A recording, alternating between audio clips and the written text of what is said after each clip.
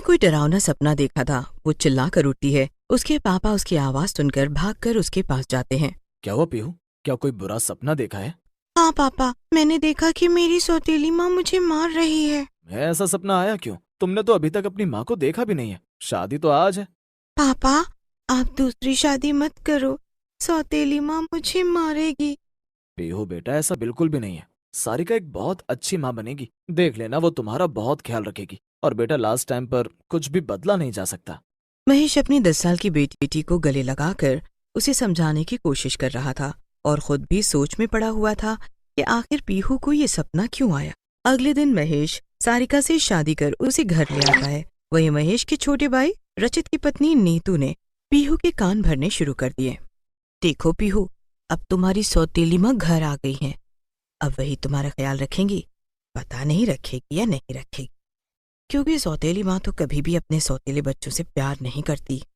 तो क्या चाची, मेरी सौतेली माँ आते ही मुझे मारना शुरू कर देगी?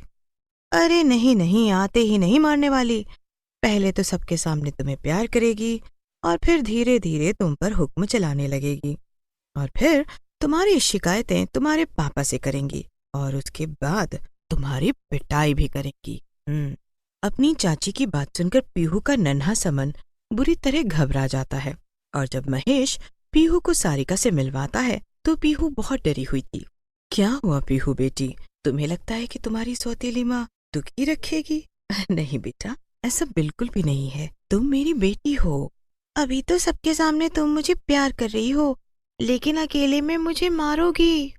कैसी बातें कर रही हो बेटी? मैं भला क्यों मारूंगी? तुम्हारे लिए ही तो मैं यहाँ आई हूँ। वो पीहू का हाथ पकड़कर अपनी तरफ खींचना चाहती थी, लेकिन पीहू वहाँ से भाग जाती है। पता नहीं किसने इसके मन में ये डर बैठा दिया कि सौतेली माँ अच्छी नहीं होती है। अभी बच्ची है, तुम चिंता मत करो। धीरे धीरे वो सब जान जाएगी और फिर मुझे अपनी माँ भी कहेगी। कुछ दिनों बाद सारिका ने सारे घर का काम खत्म किया। पीहू को आवाज लगाते लगाते वो थक चुकी थी, लेकिन उसे पूरे घर में पीहू कहीं नजर नहीं आई। उसने घबराकर महेश को फोन कर दिया और महेश ने नीतू को फोन करके पूछा तो उसने कहा कि पीहू मेरे साथ है। महेश के घर आने पर, महेश, मुझे लगता है कि जैसे पीहू मुझे अपनी माँ कभी नहीं मानेगी। जब देखो वो नीतू के पास ही रहती। बच्ची है, धीरे धीरे समझ जाएगी।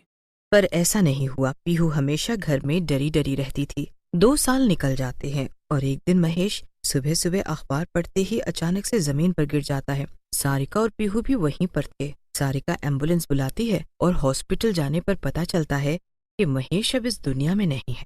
क्रियाकर्म के कुछ दिन बाद, अरे सारिका दीदी, अब आप क्या करोगी? पीहू भी छोटी है और आप कोई नौकरी भी नहीं करती हो।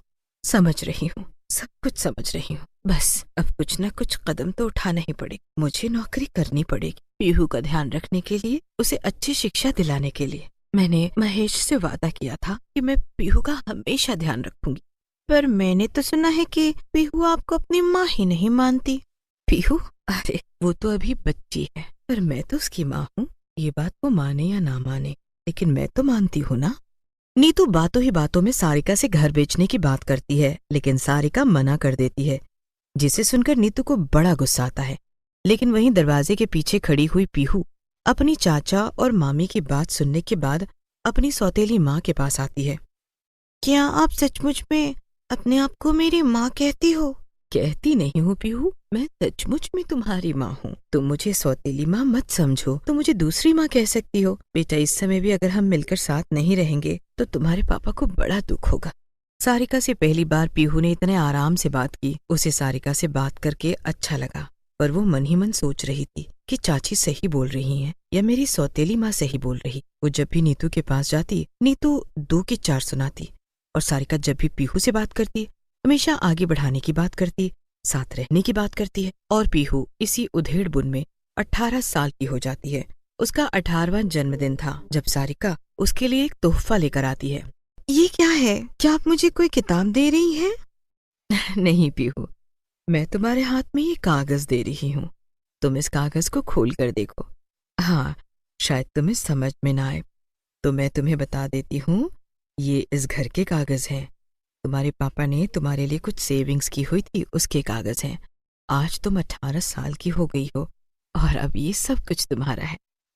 मैं जानती हूँ तुम मुझे अपनी सौतेली माँ ही समझती हो, लेकिन मैं सच कहती हूँ बेटा, तुम कल भी मेरी बेटी थी, आज भी मेरी बेटी हो और आगे भी हमेशा मेरी बेटी रहोगी। वो पेपर देकर सारिका अपने कमरे में रोते हुए चली जाती है। पीहू ध्यान से उन सारे पेपर्स को देखती है और हैरान होती है कि उसकी सौतेली माँ ने वो सब कुछ संभाल के रखा है। नीतू चाची ने तो मेरे मन में न जाने सौतेली माँ का क्या हवा बना दिया था। अगर ये इतनी बुरी होती तो ये सब मुझे न देती। मुझे अकेला छोड़कर भी तो जा सकती थी। पापा को गए हुए 5-6 साल हो गए हैं, लेकिन इन्होंने कभी मेरा साथ नहीं छोड़ा। कभी कहा सुनी हुई तो हमेशा चुप हो गई। लगता है मुझसे बहुत बड़ी गलती हो गई है। मेरे पास सौतेली माँ नहीं, मेरे पास तो दूसरी माँ है। पीहू सारे पेपर्स वहीं रखकर अपनी माँ के कमरे का दरवाजा बजाती है और थोड़ी देर में रोते हुए सारिका दरवाजा खोलती है। मुझे माफ कर दो माँ, मुझे जिसने जो कहा मैं वो सुनती रही। मैंने कभी आपकी तरफ नहीं देखा, आपके प्यार को नहीं समझा, लेकिन आज मैं बड़ी हो गई हूँ और मुझे समझ आ रहा है कि आप बहुत अच्छी हैं और केवल मेरे बारे में सोचती हैं। मेरे पास और कोई दूसरा है ही नहीं पीहू जिसके बारे में मैं सोचूं। बस मैं चाहती हूँ कि तुम एक कामयाब लड़की बनो और अपने पापा का नाम रोशन करो। हाँ माँ, मैं ऐसा ही करूंगी। मैं पापा के साथ साथ आपका भी नाम रोशन करूंगी। पीहू का नंबर डॉक्टरी में आ जाता है और वो डॉक्टरी की पढ़ाई करने के लिए दूसरे शहर चली जाती है। फोन पर, पीहू बेटा, मन लगाकर पढ़ाई करना और किसी बात की चिंता मत करना। मत भूलो तुम्हारी माँ अभी तुम्हारे पास है। हाँ माँ, मैं जानती हूँ, लेकिन अभी मुझे यहाँ पता चला है कि जितनी सेविंग्स पापा मेरे लिए छोड़ कर गए हैं वो काफी नहीं है डॉक्टरी की पढ़ाई के लिए। मैंने कहा ना, तुम चिंता मत करो, मैं भी तो इतने सालों से नौकरी कर रही हूँ, मेरे पास भी कुछ सेविंग्स है। तुम बस अपनी पढ़ाई पर ध्यान दो और जल्दी से अच्छी डॉक्टर बन जाओ। सारिका ने अपने सारे अकाउंट्स निकालकर बाहर रख दिए और वो हिसाब किताब करने लगी।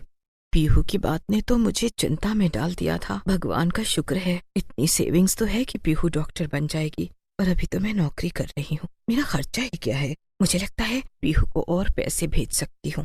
पीहू की डॉक्टरी की पढ़ाई में सारिका किसी भी तरह की अड़चन नहीं आने देती और एक दिन पीहू बिना बताए घर आती है और वो देखती है कि नीतू चाची सारिका से बात कर रही हैं। बड़े बड़े पागल देखे मैंने, लेकिन सारिका तुझसे कम देखे। महेश भैया को गए हुए कितने साल हो गए, तुम तो दूसरी शादी करके अपना घर बसा लेना चाहिए था, और तुम यहाँ अपनी सौतेली बेटी को पाल सारे पैसे उसकी पढ़ाई पर लगा दिए। अपने बुढ़ापे के लिए भी तो कुछ बचा कर नहीं रखा तुमने। कल को पीहू किसी और से शक्कर यहाँ से चली जाएगी, फिर तुम्हारा क्या होगा?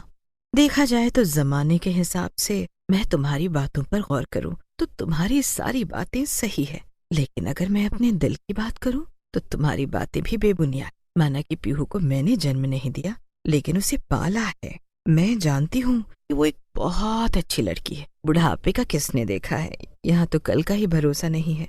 बस पीहू कामयाब हो जाए, बुढ़ापा भी देखा जाएगा। तुम चाय पियोगी तो मैं चाय बनाने जा रही हूँ।